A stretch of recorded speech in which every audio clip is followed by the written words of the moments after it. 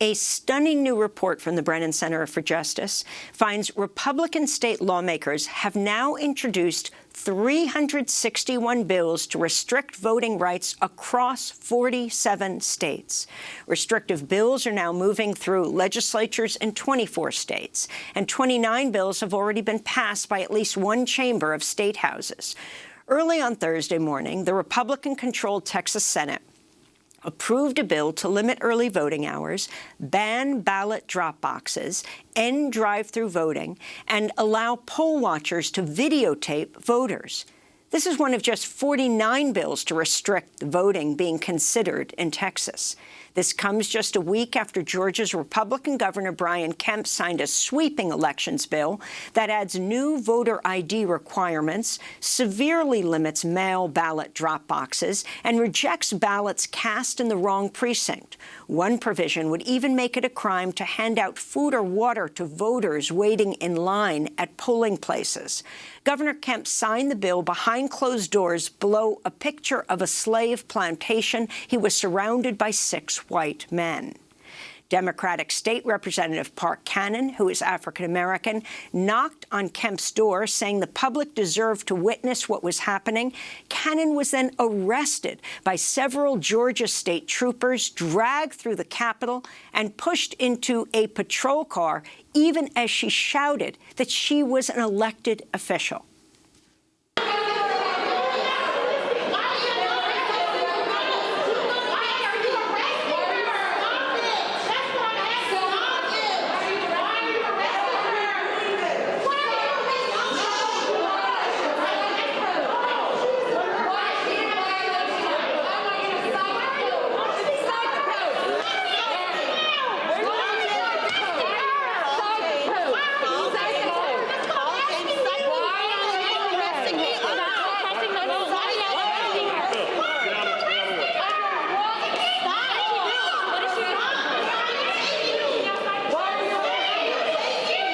Civil rights groups blasted the Georgia law as the worst voter suppression legislation since the Jim Crow era.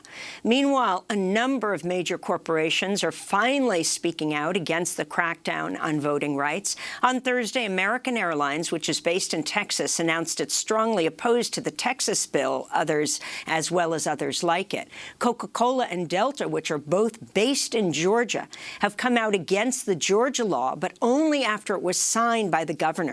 This comes as some are calling for a boycott of the state of Georgia and companies based there. Even President Joe Biden has weighed in, saying he would strongly support Major League Baseball players if they decide to move the upcoming All-Star game from Atlanta in protest. We go now to Atlanta, where we're joined by Cliff Albright, co-founder and executive director of Black Voters Matter. Talk about the significance of this building movement, even, of course, after the bill was signed. Talk about what you're calling for, Cliff Albright. Yeah, thanks for having me, Amy. Yeah, definitely. We're still calling for corporate accountability from these Georgia companies that, as you said, came out too late to oppose the bill that was here in Georgia. But we always say that it's never too late to do the right thing, all right? So what can these companies do, and what are we demanding that they still do? First of all, right here in Georgia, it's not too late to still deal with this bill that was passed. We're calling for both repeal and divest. We're calling for a repeal of this voter suppression law, and we're calling for these companies to divest future support that they've given. Because at the end of the day, part of the reason we called these companies out, and I'm talking about the companies like Coca-Cola and Delta and UPS, is because not only are they Georgia-based, but they had previously given significant resources to the very sponsors of the voter suppression bills, not just to Republican Party in general, not just to Republican legislators in general, but specifically to the big voter suppressors that were sponsoring these voter suppression bills. And so we're asking them to divest future support, just like there was the call after the January 6th Capitol riot, where some companies said we're no longer going to give to members of Congress that voted to overturn the election.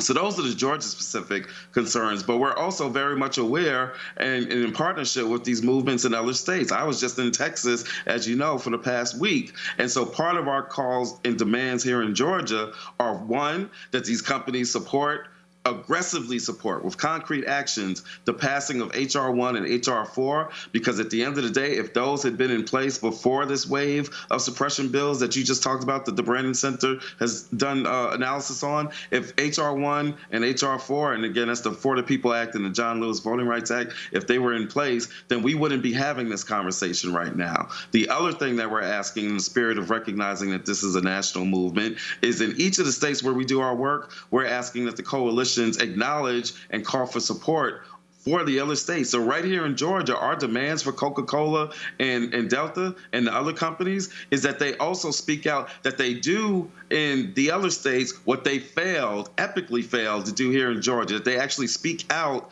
ahead of time, that they get involved in the Texas struggle ahead of time, in the Arizona struggle, in the Michigan struggle ahead of time. These are national companies, in fact, global companies, so they're not just restricted to their home state of Georgia. They can speak out against these other bills as well. So you have the CEOs for Delta Airlines and Coca-Cola, both based in Georgia, finally coming out in opposition to Georgia's clampdown on voting rights, nearly a week after the legislation was signed and amidst mounting public scrutiny and threats to boycott the companies over their inaction. Delta's initial statement Friday read in part, "The legislation signed this week improved considerably during the legislative process and expands weekend voting, codifies Sunday voting, and protects a voter's ability to cast an absentee ballot without providing a reason. For the first time, drop boxes have also been authorized for all counties statewide, and poll workers will be allowed to work across county lines. Nonetheless, we understand concerns remain over other provisions in the legislation, and there continues to be work ahead in this important effort." But then, after massive protest, they actually came out stronger, though it was after the passage of the legislation. Yeah. Can you talk about then Kemp taking them on, the legislature threatening to strip Delta of tax protections or increasing the taxes on them, and then the corporate boycott call that would include them? That first statement that you read from Delta was actually right after the bill was signed, and it amounted to basically just gaslighting. It sounded like fake Governor Kemp's talking points. But then, as you said, after the pressure, they came out the second statement, which was much stronger, but still late. And now they are facing repercussions, to which, we're saying, look, we want to maybe pull back on some of the challenges and the calls that we were doing on Delta, to acknowledge the fact that they've now come out strongly, to acknowledge the fact that there was an attempt to pass these legislation and repealing of their tax breaks. But at the end of the day, Delta's going to be okay, right? The session ended, and so it ended without that actually being able to get through both chambers of the legislature and being signed by Governor Kemp. It was really more of just a signal coming from the Republicans that, they were displeased with Delta's statement. So, but what we're saying is we need Delta to go even further. And if they do go further, we'll have their back. Right, the same way that we're going to call them out, and not just them, but all of these companies when they do wrong and when they're silent on voter suppression. We'll stand by them if they do the right thing. And so that's what we're asking them and the other companies, and not just the Georgia companies, but the Texas companies and others. That's what we're asking them to do. Stand by the words that you said in the midst of the summer of protests about Black Lives Matter, when you had all these glowing statements about racial justice and racial equity. If you said it back in the summer, now's the time for you to actually put some actions behind it. And each of these companies have some very concrete actions. Imagine if these companies, Coca-Cola and Delta, had made the statements that they came out with the other day. If they had made those statements at hearings when this bill was still being discussed, then we wouldn't be having this conversation right now. If they had said unequivocally what they said in their most recent statements, that this law is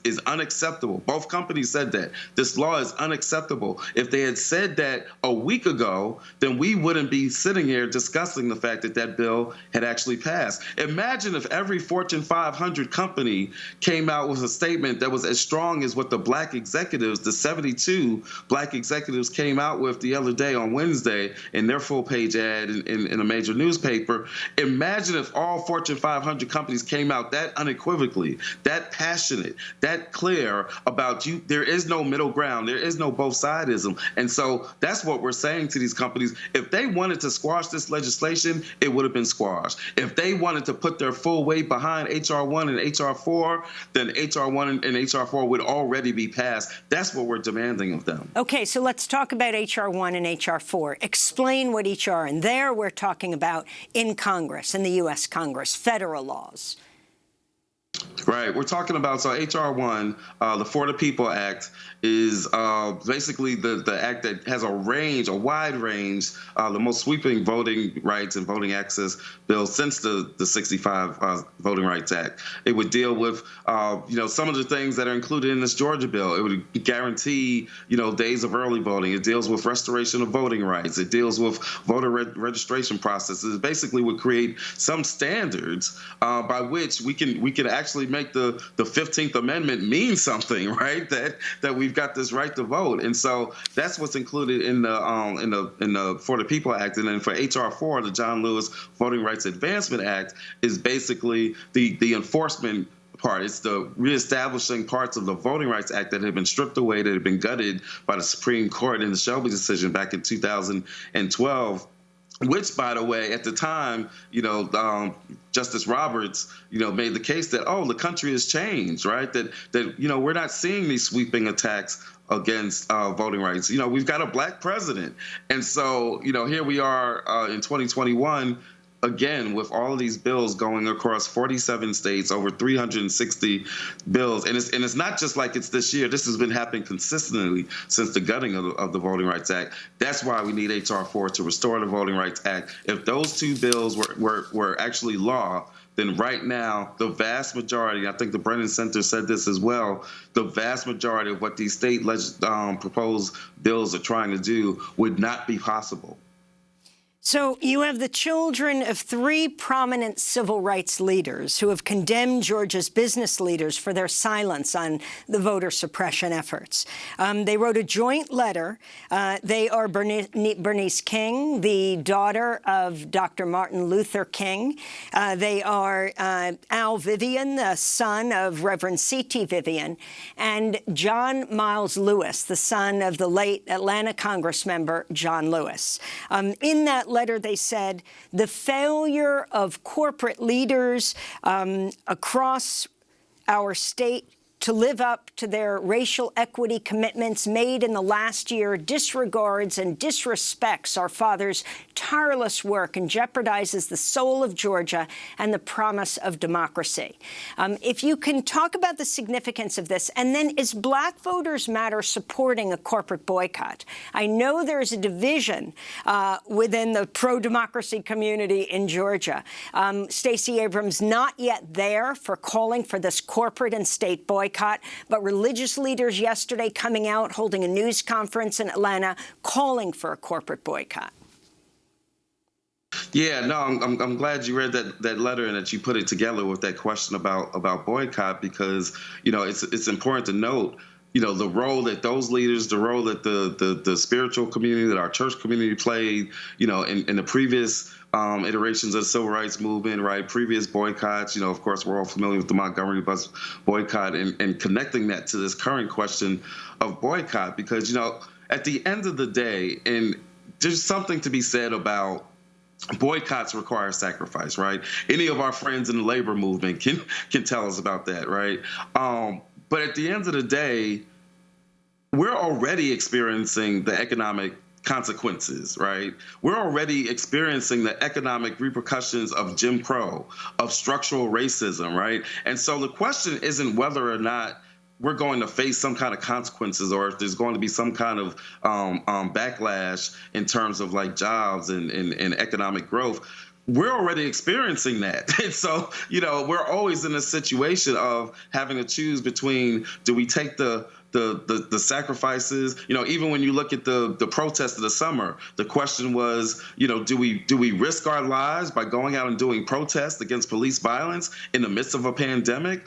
Or do we sit back and we not do anything and we just continue to suffer the pain and the trauma and the death that comes from police violence? Even during the election season, we face this same choice. Do we risk our lives in the midst of a pandemic in order to go out and vote in the face of all this voter suppression? Or do we take these chances and we wait in the long lines? And Georgia voters did that, and literally shocked the country. But we had to make this choice. We always have these choices to make, because at the end of the day, our daily lives are facing the economic consequences of Jim Crow and structural racism. And so, we make the case, or I'm making the case that, we're not calling, our coalition here has not called for a boycott, but nor are we saying, except for the clergy, which are a part of the coalition, they stood out and they said, no, we want to go on with the boycott. And I clap for them. We support them, right? We're there with them. We're not going to tell anybody to not boycott. And I think that's the difference in the debate that you raise,